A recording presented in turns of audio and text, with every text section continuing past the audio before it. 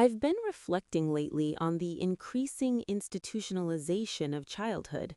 It seems we've moved away from seeing childhood as a sanctuary for development and more toward a high stakes pre professional training ground.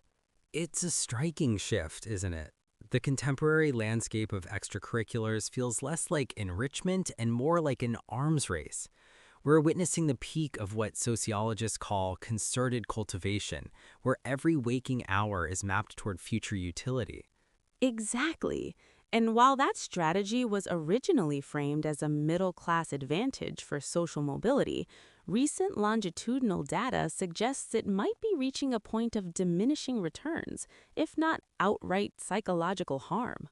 You're referring to the 2025 University of Georgia study on overscheduling, I assume.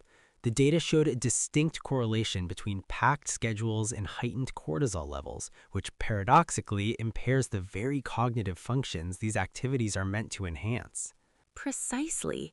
If the stress of a violin lesson or a coding club overrides the prefrontal cortex's ability to regulate emotion, we aren't building a better child, we're just building a more anxious one. Yet, one cannot ignore the neurological benefits of early skill acquisition. The research on neuroplasticity hasn't changed. The critical periods for language and music are real.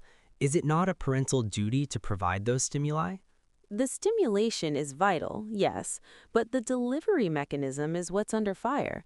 There's a profound difference between a child exploring an instrument out of curiosity and a child attending a rigid, performance-based academy.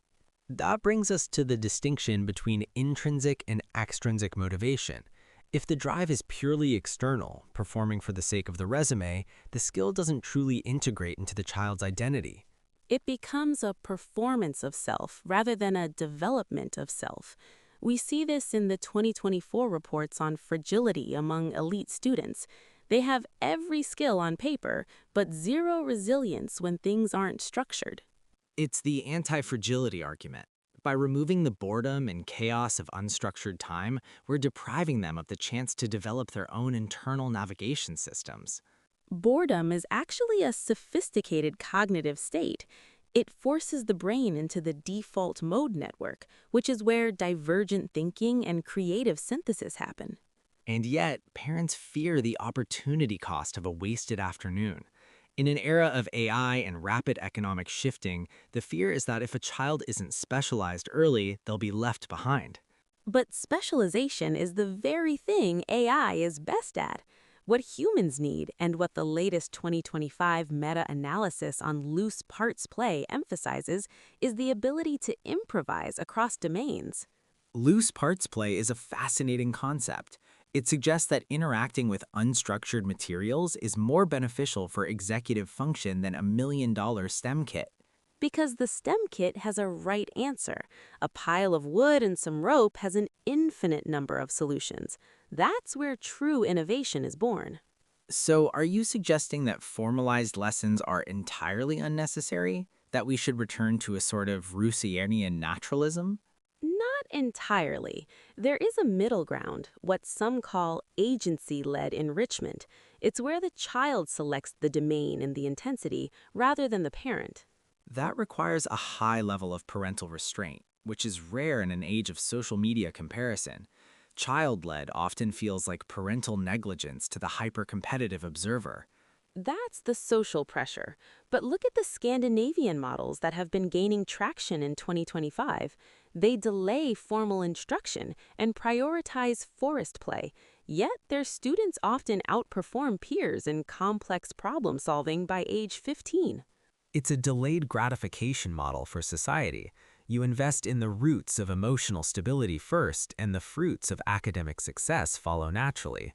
Whereas the current Anglo-American and East Asian models try to glue the fruits onto the branches before the roots are even established. I wonder, though, about the equity side of this. If we de-emphasize structured lessons, don't we risk widening the gap for children who don't have enriching home environments? That's the double-edged sword. For disadvantaged youth, structured after-school programs are often a lifeline, a compensatory mechanism that provides safety and mentorship. So the necessity of lessons is actually a function of the child's socioeconomic context. For some, it's an overburden. For others, it's the only access to social capital. Exactly. The 2025 policy briefs from the SRCD highlight that we shouldn't be asking, are lessons good, but rather, who are they for and what is the goal? If the goal is well-being, then a child in a high-stress, high-pressure home might actually benefit from fewer lessons and more sleep. Sleep. It's the most undervalued extracurricular. The cognitive gains from an extra hour of REM cycle often outweigh an hour of tutoring. Yet no one brags about their child's 10-hour sleep schedule at a dinner party. We value visible effort over invisible recovery. Because visible effort is a commodity, it's quantifiable. You can count the trophies, you can't easily count the moments of quiet reflection. It leads back to the concerted cultivation problem. We treat children like assets to be managed rather than humans to be nurtured, And when those assets underperform, the solution is usually more management, more tutors, more specialists, more structure. which leads to the burnout we're now seeing as early as middle school. The 2025 health data on adolescent apathy is heartbreaking. It's a defense mechanism against overstimulation. They just opt out mentally because they've never been allowed to opt in on their own terms.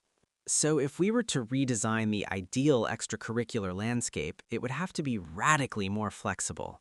It would prioritize deep play, activities where the child loses track of time.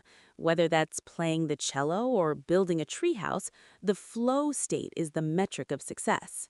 Mihaly Csikszentmihalyi's flow is more relevant than ever. In a world of fragmented attention, the ability to focus deeply on one thing is a superpower. But you can't force flow. It's a byproduct of genuine interest. Therefore, forced lessons are actually the enemy of focus. They teach shallow compliance instead. The child learns how to look like they're working while their mind is elsewhere. Which is a terrible habit to carry into adulthood. It's the precursor to the disengaged corporate employee. We're effectively training them for a world that's disappearing. The obedient specialist is being replaced by the creative generalist. And the creative generalist is usually someone who had a messy childhood, one filled with varied, often self-directed pursuits. It's a terrifying prospect for parents because it involves a loss of control. You can't plan a messy childhood. You can only permit it. You provide the resources, the library card, the piano, the sports equipment, and then you step back. It's the gardener versus the carpenter metaphor. The carpenter tries to carve the child into a specific shape. The gardener provides the soil and water and lets the plant grow. Lately, the carpenter approach has become high-tech, using data and metrics, but it's still carving. And wood that has been carved too thin eventually snaps under pressure. So the necessity of lessons is really about providing nutrients for the soil, not a blueprint for the final product. I think we're seeing a slow cultural correction. The 2026 trends seem to be shifting towards slow parenting and minimalist education. I hope so. For the sake of the next generation's mental health, we need to stop treating childhood as a race they have to win. Because if childhood is a race, then adulthood is just the finish line, and no one should be in a hurry to get there.